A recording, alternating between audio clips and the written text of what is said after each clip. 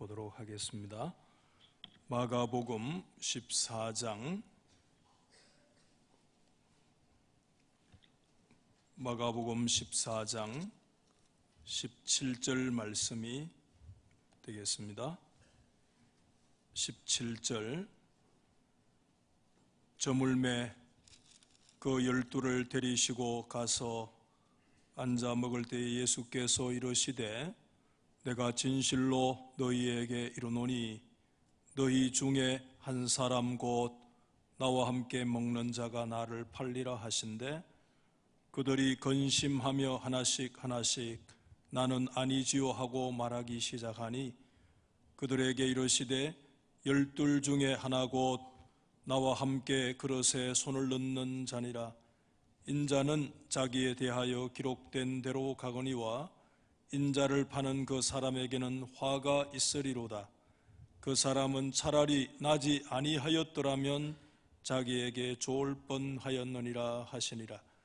그들이 먹을 때에 예수께서 떡을 가지사 축복하시고 떼어 제자들에게 주시며 이르시되 받으라 이것은 내 몸이니라 하시고 또 잔을 가지사 감사 기도하시고 그들에게 주시니 다 이를 마시매 이르시되 이것은 많은 사람을 위하여 흘리는 나의 피 곧 언약의 피니라. 진실로 너희에게 이르노니 내가 포도나무에서 난 것을 하나님 나라에서 새 것으로 마시는 날까지 다시 마시지 아니하리라 하시니라. 이에 그들이 찬미하고 감람산으로 가니라. 27절 같이 읽겠습니다. 예수께서 제자들에게 이르시되 너희가 다 나를 버리리라. 이는 기록된 바 내가 목자를 치리니 양들이 흩어지리라 하였음이니라. 아멘. 할렐루야. 오늘 우리 상반기 성례 주일로 하나님 앞에 우리가 서 있습니다. 우리가 잘 아시는 대로 성례 문제는 개신교가 탄생하는 시기부터 개신교를 개신교 되게 하는 대단히 주요한 지표가 되었습니다. 여러분들이 기도해 주시는 가운데 11박 12일 동안 종교개혁지를 하나님의 은혜 가운데 탐방을 하고 건강하게 이렇게 돌아왔습니다. 한 열흘 동안 밤낮이 바뀐 것도 이게 좀 정신이 혼미한 그런 부분들이 없잖아 있기는 하지만 가서 보니까 또 이렇게 말이 나올 수밖에 없는데 오늘 성례 주일로 우리가 하나님 앞에 지킵니다마는 이번에 체코라고 하는 나라 아시잖아요. 그곳에 들렸던 이유는 우리가 연초에 말씀을 드렸던 종교개혁의 선구자인 얀 후스라고 하는 사람의 그 발자취를 우리가 확인하고 그의 사상과 그 영향력을 살펴보는 그런 목적을 가지고 수도 프라하를 방문하게 되었습니다. 책에만 보는 것과 막상 현장에 갔을 때 그 얀 후스라고 하는 사람이 그 당시 보헤미아를 중심으로 해서 미친 영향력이라고 하는 것은 훨씬 더 광대한 역사가 나타나게 되었다. 그런 것을 확인할 수 있었는데 제가 연초에 말씀드린 것처럼 존 위클리퍼 영국의 그런 개혁 신학의 영향을 받은 중부의 그 체코의 얀 후스라고 하는 젊은 사제의 가슴 속에 성경 중심의 불이 떨어지게 되어졌고 마틴 루터가 1517년 개혁 95개조 항을 들기 이전 정확하게 102년 전에 이미 그는 개혁을 주장하다가 화형을 당하는 그런 순교의 제물이 되었던 것을 우리는 잘 알고 있습니다.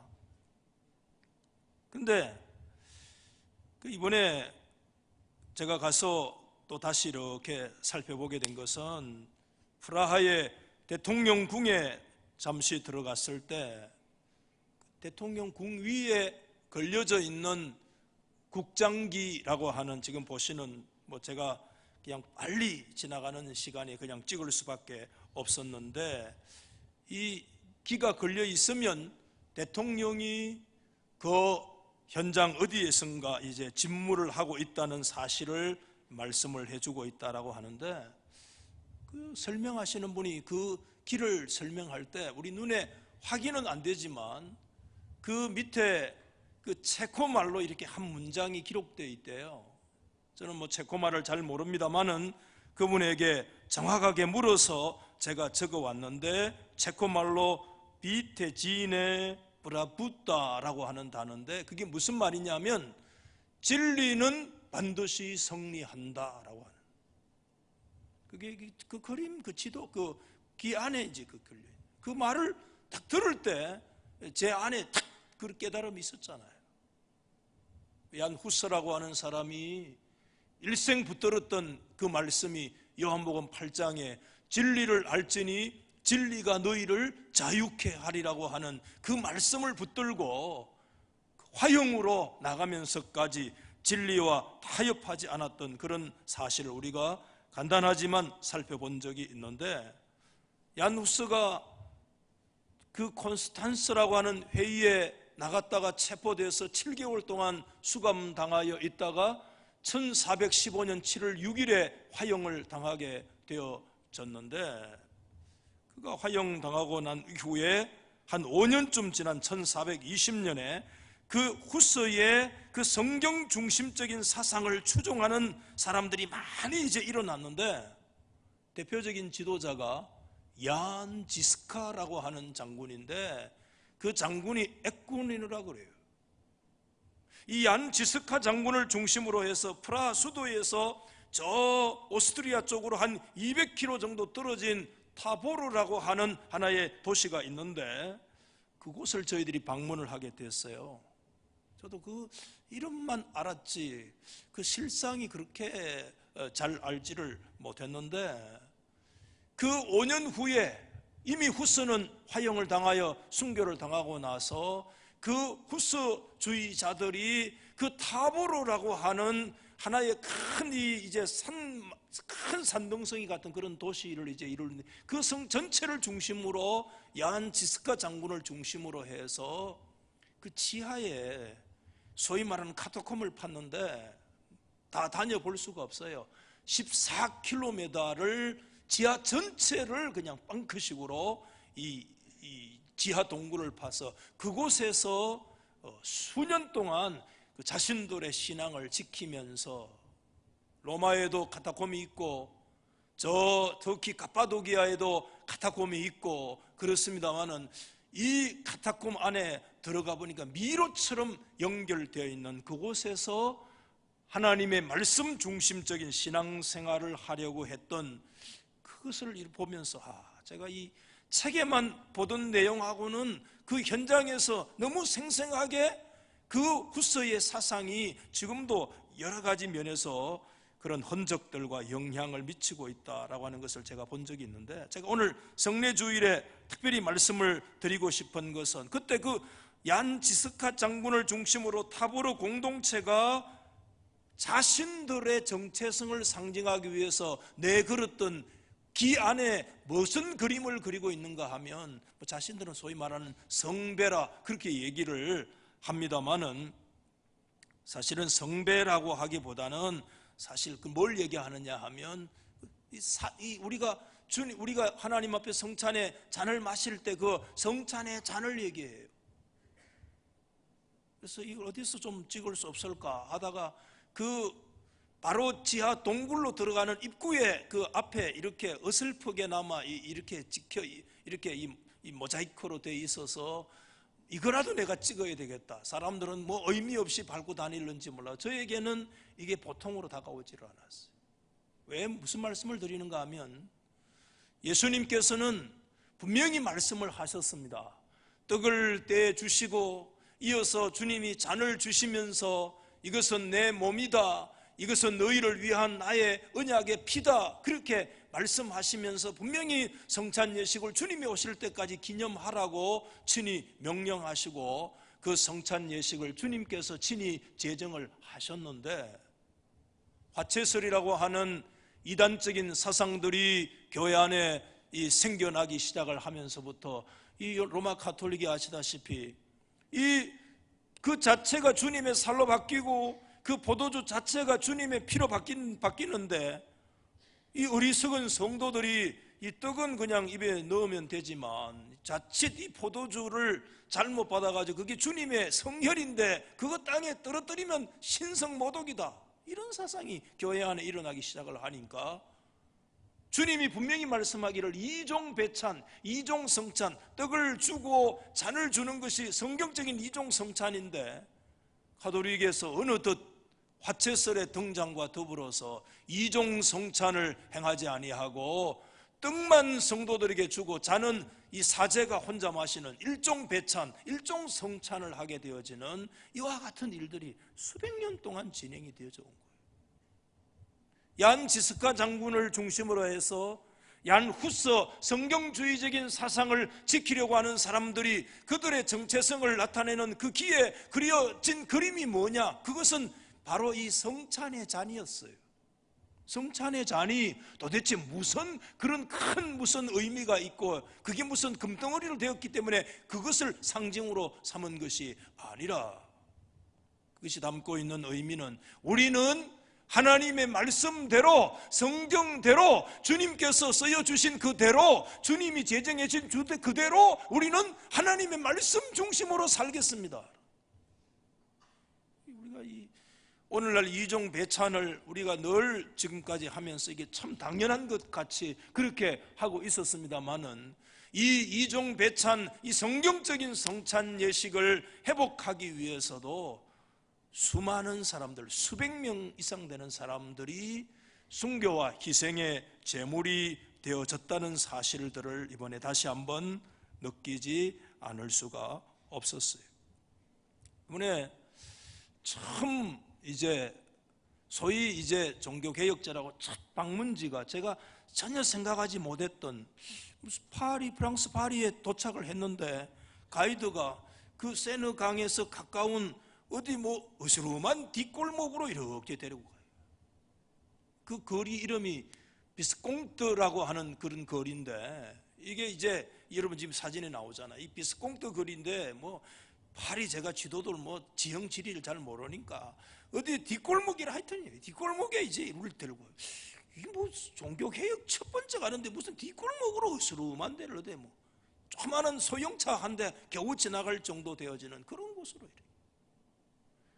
그래 가서 어느 그 가정집 앞에 이래 있는데, 그 가정집 앞에 보니까 거기에 뭐가 있는가 하면 이 십자가 마커가 이렇게 하나 지금 여기 보이죠? 이 십자가 마커인지 그냥 손잡이인지 아니면 무슨 벨인지, 그런데 알고 보니 이게 십자가 마커.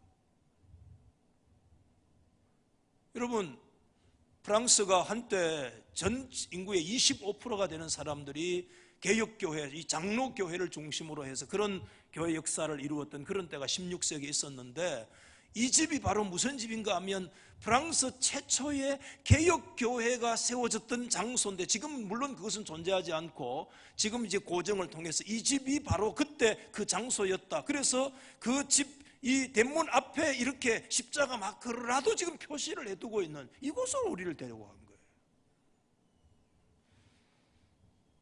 그래서 최초의 교회 1555년에 프랑스 파리에서 이 뒷골목에 세워지게 됐는데, 그때 앙리 2세가 정말 아주 가장 개신 교회를 탄압하기 시작을 했던 왕이 앙리 2세인데 그 위에 이 소위 프랑스와 1세부터 앙리 2세로 내려오면서 아주 강력한 탄압의 역사가 일어나게 됐는데, 그때 이 집이 어느 집이었느냐 하면 라 페리에라고 하는 사람의 가정이었는데, 그 집에 자녀가 이분들이 이 천주교를 버리고 말씀 중심의 개신교회를 신앙을 가지게 되어지면서 자기 집에 애가 태어났어요. 그래서 유아 세례를 베풀어야 되는데 프랑스에 목사가 없잖아요. 그래서 자신의 아이를 이 천주교 신부에게 유아 세례를 받는 것이 아니라 이제 개신교 목사에게 세례를 받고 싶은데, 그러려면 개신교 목사를 만나려고 하면 그 당시 그 파리에서 540km 정도 떨어진 제네바 정도까지 가야 돼요. 저희들이 파리에서 제네바로 이 떼제베를 타고 갔는데 한 2시간 정도 이상 걸려요. 그것이 이제 심각한 문제예요. 목사를 만나려면 국경을 넘어서 다른 나라 저 제네바까지 가야 그 개신교 목사를 만나고 그때 그곳에서 이렇게 세례를 받을 수 있는 이제 그런 상황이기 때문에, 그래서 이 라 페리의 공을 중심으로 해서 그때 23세의 청년 짱르 마송이라고 하는 젊은 청년을, 신앙인을 그 교회에 이제 목사로 세우기 시작합니다. 목사로 세우고 그 다음에 장로와 집사를 세우고 이제 최초의 프랑스 개혁교회를 설립하고 공식적인 목사와 장로와 집사의 교회를 설립하고, 그래서 첫 번째 그 이 페리에의 이 자녀를 처음 이 유아 세례를 주게 되어지는, 그것이 이제 개혁교회의 첫 출발이 자신의 사랑하는 아들에게, 자녀에게 성경적인 세례, 유아 세례를 그에게 베풀기 위한 그 시발점, 그 믿음의 그 열정으로 이 개혁교회의 최초가 시작되어지는, 한 6, 7년 정도 지나고 나면 1561년쯤 되면 자료에 그 위에 다녀와서 제가 이렇게 자료를 계속 살펴보니까 그때 프랑스 전역의 교회가, 개신교회가 한 700개 정도가 세워졌어요. 그러고 나서 몇 년 후에 1572년에 그 유명한 여러분 성 바돌로메 대축일을 기점으로 해서 밤에 그 프랑스의 기저가 캐톨릭 가문의 그 대표적인 사람들을 중심으로 해서 그 프랑스 전역에 개신교를 추구하는 모든 사람들을 그날 다 때려 죽이는, 제가 이 연초에 그런 설명을 들을 때 2만 명이라고 그랬는데 자료를 이번에 가서 다시 확인을 해보니까 7만 명 이상이죠. 7만 명. 프랑스 전역이 7만 명 이상이죠. 그래서 여러분, 그 강력한 개신교 국가로 일어나기 시작하는 프랑스가 완전히 개신교가 무너지고 그 개신교 사람들이 다 중산층의 이 상공업자들이고 아주 이 장인들이, 이 사람들이 전 유럽으로 흩어지고 영국에 가서 산업혁명의 주역이 되어지고 미국의 역사를 이렇게 바꾸는, 전 유럽을 그들이 흩어져서 새로운 산업을 바꾸는 그런 주역이 되어졌다는 그런 평가가 이제 역사 속에 나타나게 되어지는 그런 역사들이 일어납니다. 오늘 우리가 이제 하나님 앞에 떡도 받고 우리가 잔도 받는 이 이종 성찬을 우리가 하나님 앞에 믿음으로 우리가 행하게 되어지는데, 이번에 여러 지역을 살펴보면서 정말 우리가 하나님의 말씀인 성경대로 우리가 너무나 당연한 것처럼 우리가 받는 이 이종 배찬이, 이것을 하나님의 개혁교회의 오늘 역사 속에, 우리 장로교회의 역사 속에서 그 당연한 하나님의 말씀을 말씀대로 우리가 회복하기 위해서 우리의 앞서갔던 믿음의 선진들이 엄청난 순교와 희생의 역사가 일어나게 되어졌고, 그 자녀에게 성경적인 진실된 세례를 베풀어 주기 위해서 그것 때문에 이 주님의 몸된 교회가 이제 최초로 세워지는 그와 같은 역사들도 일어나게 되었다. 이런저런 여러 가지 현상들을 확인을 하면서 개신교를 진실로 개신교 되게 하는 진정한 그 대단히 중요한 지표가 바로 이 성례의 문제였다는 사실을 우리가 다시 한번 이번에 확인하게 되어졌는데, 여러분 하이델베르크 교리문답 제66문에 보면 성례에 대해서 이렇게 되어 있어요. 성례, 세례와 성찬만 우리가 성례로 인정하잖아요. 성례란 우리의 눈으로 볼 수 있는 거룩한 표시이며 날인이다. 하나님께서 제정하셔서 복음의 약속을 보다 명확하게 이해할 수 있게 하시는 것이 오늘 세례와 성찬입니다. 친히 그 약속을 하나님께서 성령으로 우리 가운데 보증해 주시는 것이고, 하나님께서 약속하신 복음은 은혜로 말미암아 그리스도께서 단번에 십자가에서 뭐를 이루셨어요? 영원한 속죄를 드림으로 저와 여러분들의 죄를 용서하시고 영생을 주시는 것인 줄 믿으시기를 바랍니다. 이게 우리가 오늘 말하는 성례예요. 예수님께서 단번에 십자가의 영원한 속죄를 완성하심으로 우리의 죄를 용서하시고 그로 인하여 우리에게 영원한 생명을 주시는, 그래서 우리가 이 성례에 참여할 때마다 우리가 하나님 앞에 우리 자신을 믿음으로 고백하지 않을 수가 없다라고 하는 사실.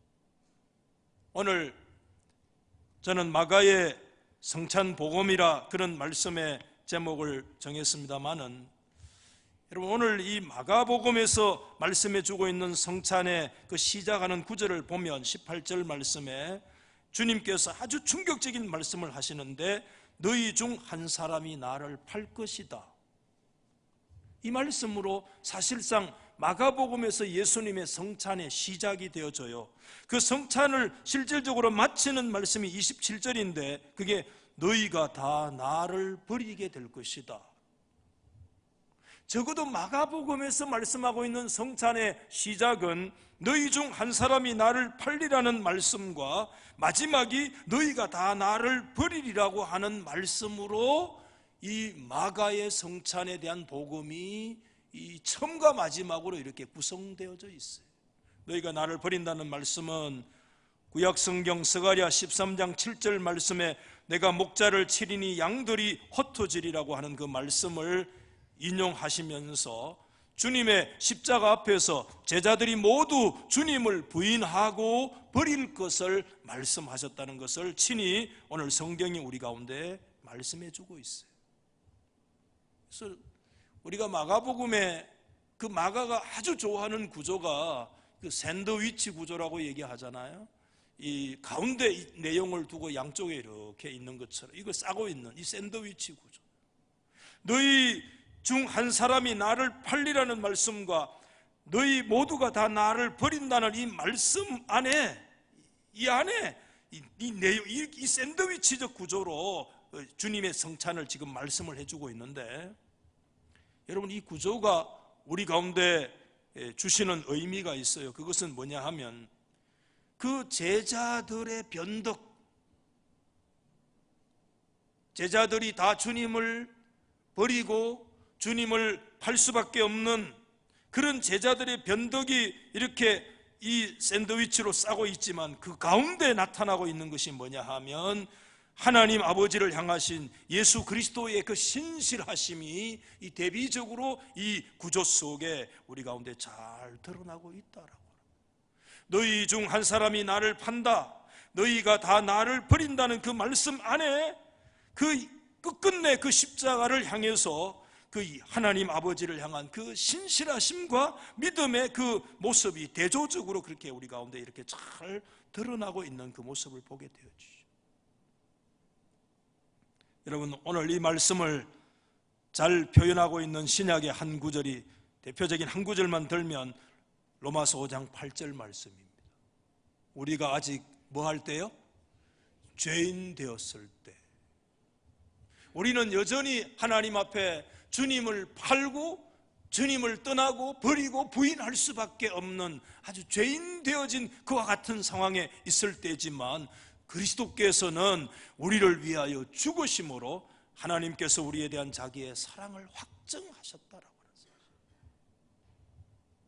계속 로마서에 계속 그런 내용이 반복되어져요. 로마서 5장 6절에도 우리가 아직 연약할 때 기약대로 그리스도께서 경건하시 않은 자를 위하여 죽으셨다. 우리 연약해요. 주님을 버릴 수밖에 없는 존재고 주님을 제자라고 하지만 주님을 팔 수밖에 없는 우리가 연약한 가운데 있었어요. 심지어 로마서 5장 10절 말씀에는 하나님과 원수가 되어져 있을 때, 잘 아시는 말씀 아니에요? 하나님과 우리가 원수가 되고 우리가 하나님 앞에서 정말 경건하지도 아니했고 하나님 앞에서 매우 연약한 가운데 있을 때라도 하나님께서 그리스도를 통해서 우리 가운데 주시는 그 신실하심은 변함이 없다라고 하는 사실. 성경은 매우 정직하잖아요. 미화를 하거나 무슨 꾸밈이 없어요. 성경 우리 예수님의 십자가 사건 중심으로 베드로의 모습을 잘 기억하죠. 베드로가 얼마나 주님 앞에 호언장담했습니까? 마태복음 26장 33절에 기록되어 있어요. 모두 주를 버릴지라도 나는 결코 버리지 않겠다. 35절에는 내가 주와 함께 죽을지언정 내가 주를 부인하지 않겠다. 잘하는 말씀.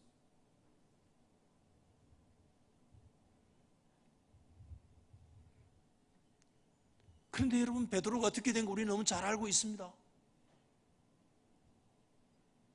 오늘 우리가 어떤 존재인가? 바로 우리들의 모습이라는 거예요. 우리는 예수를 팔고 예수를 버릴 수밖에 없는 존재들, 여전히 연약하고 죄인되고 하나님과 원수된 존재들일 수밖에 없는, 우리가 무엇으로 우리의 이 연약함을 하나님 앞에서 우리가 극복할 수가 있느냐? 여러분의 의지대로 극복이 됩니까? 죄송하지만 저는 목사지만 얼마나 연약한지 몰라요. 하나님 앞에 어떤 걸 다 결심을 해도 그것이 잘 지켜지지 않을 때가 얼마나 많은지 몰라요. 성도들은 어떤 부분을 이래 보면 참 심지를 굳게 해가지고 꿋꿋하게 나가는 모습, 참 목사보다 낫다, 그런 걸 저는 많이 느껴요. 교회 안에서 참 연약해요. 작심삼일이 될 때가 많아요. 우리의 의지로 우리의 연약함을 극복 못해요. 여러분, 우리가 가지고 있는 직분이나 지식이나 경력으로도 가능합니까? 불가능해요. 전혀 불가능해요. 인간의 행위로는 전혀 불가능해요. 그런데 여러분, 우리의 연약함에도 불구하고 우리에게 소망이 있는 것은 우리를 위해서 피를 쏟아 부으시고 우리의 끝까지 우리의 변덕과 우리의 그 버림과 우리의 그 약함 가운데서도 끝까지 신실함을 지키셨던 그 우리 주님의 그 사랑만이 저와 여러분들의 그 약한 약점을 극복하는 그런 역사가 일어나게 될 줄로 믿으시기를 바랍니다. 바울은 로마서 3장에 모든 사람이 죄를 범하였음에 하나님의 영광에 이르지 못한다. 이게 우리 인생의 약점이에요. 아무도 스스로 하나님의 영광에 이를 수 있는 존재가 없어요. 뭘로 우리가 이거 극복할 수 있는가? 못해요.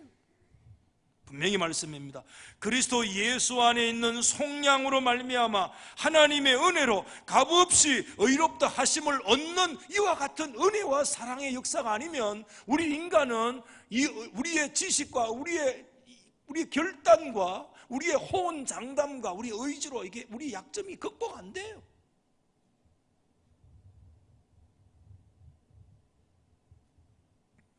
오늘 예수님은 이 잔을 두시고 24절에 너희를 위하여 흘리는 많은 사람이 흘리는 바 나의 피, 언약의 피다, 그렇게 말씀하셨는데, 언약이라는 단어는 여러 차례 말씀을 드렸습니다만 이것을 이미 그 구약 성경 출애굽기 24장 시내산에서 이스라엘과 하나님이 맺은 언약을 말씀하잖아요. 피로 그때 언약을 맺어요.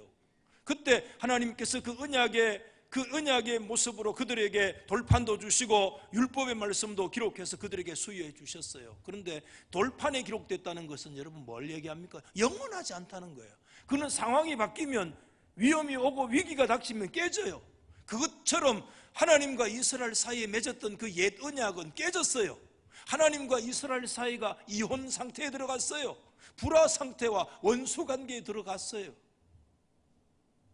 그때 여러분, 하나님께서 이미 구약 시대지만 예레미야라고 하는 선지자를 통해서 하나님께서 새로운 언약에 대하여서 위대한 말씀을 선포하셨다는 사실 여러분 기억하시잖아요.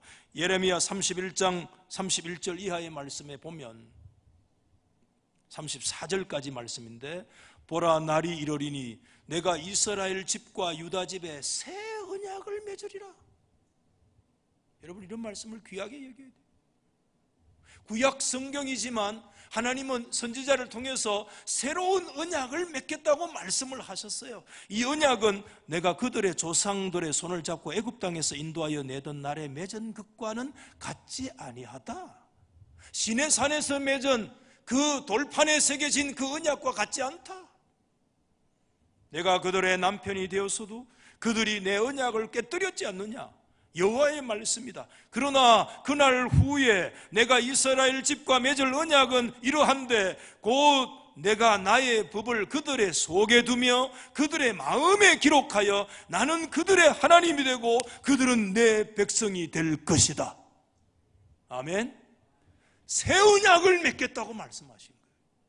새 언약은 그 출애굽을 할 때 그 시내산에서 돌판에 맺어진 그런 언약이 아니라 너희들의 마음 속에다가 영원히 지워지지 아니하고 잊혀지지 않는 그 언약을 내가 너희들의 심령 속에 새기는 이 새 언약을 맺겠다. 이 새 언약을 성취하신 분이 누구예요? 예수 그리스도인 줄 믿으시기 바랍니다. 우리 예수님께서 십자가의 사건을 통해서 이 새로운 언약을 이루어 가셨다는 사실, 예수님의 제자들은 옛 이스라엘처럼 배반하고 주님을 팔고 어려움 올 때 주님을 버릴 수밖에 없는 존재였지만, 하나님은 예수 그리스도의 피를 통해서 그들 속에, 그들의 심령 속에 생기는 새로운 언약의 역사를 주님이 일으키셨다는 사실. 여전히 우리는 나약하고 연약한 죄인이지만, 그러나 주님의 사랑 때문에 다시 깨어지지 아니하는 영원한 언약의 자리에 들어가게 된 줄 믿으시기를 바랍니다. 오늘 여러분, 우리가 이 주님의 살과 주님의 피를 기념하는 이 성찬의 자리에 우리가 지금 서 있는데, 오늘 세례를 받고 성찬의 자리에 우리가 참석하지만은 우리가 하나님 앞에 깊이 고백해야 돼요. 우리는 어떤 존재인가? 우리는 주님을 팔고 버릴 수밖에 없는 연약한 존재다. 우리 인간의 힘으로서는 우리에게 스스로 구원을 줄 수 없어요. 이 약점을 무엇으로 극복할 수 있는 것인가? 그것은 신실하신 예수 그리스도를 통해서 나타난 그 신실하신 하나님의 은혜와 하나님의 그 십자가를 통하신 나타난 그 사랑의 역사가 아니면 우리 인간의 이 약점을 극복할 수 있는 길이 없다는 사실을 우리가 하나님 앞에 깊이 고백하시고,